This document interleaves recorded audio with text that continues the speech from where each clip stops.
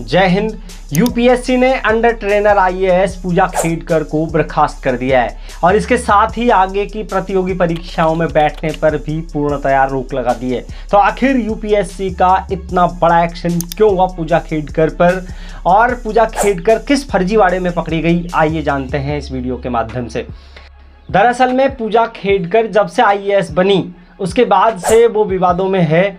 विवाद इस बात का है कि पहले तो उन पर ये इल्ज़ाम लगा कि उन्होंने जो प्रमाण पत्र दिए थे वो फर्जी थे। उन्होंने पहला प्रमाण पत्र दिया था ओबीसी नॉन क्रीमिलियर का, जो उन लोगों को मिलता है जिनकी वार्षिक आय 8 लाख से कम हो, लेकिन उनके पापा की वार्षिक आय 40 करोड़ रुपए थी। ये पता लगा जब अभी 2024 में लोकसभा का इलेक्शन लड़ा उन्होंने।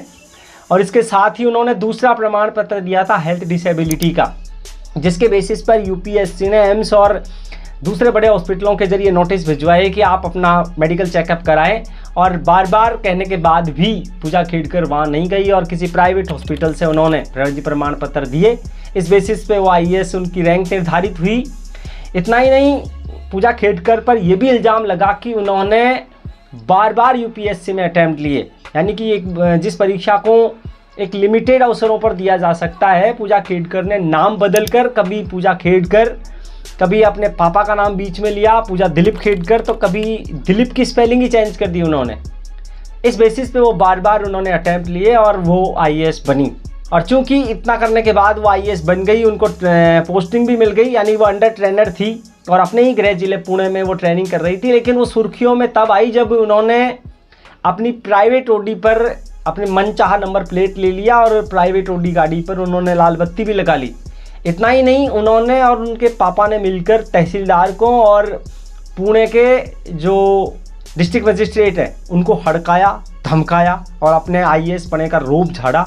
और वहीं से लेकर पूजा खेडकर विवादों में आ गई और उसके बाद यूपीएससी ने उनको जांच के लिए बुलाया। कहा कि 25 जुलाई तक आप अपने सारे दस्तावेज लेकर आएँ ताकि आपको परखा जा सके, देखा जा सके कि जिन पैरामीटर्स को पूरा करना होता है एक आईएएस को, वो आप कर पाते हैं या नहीं।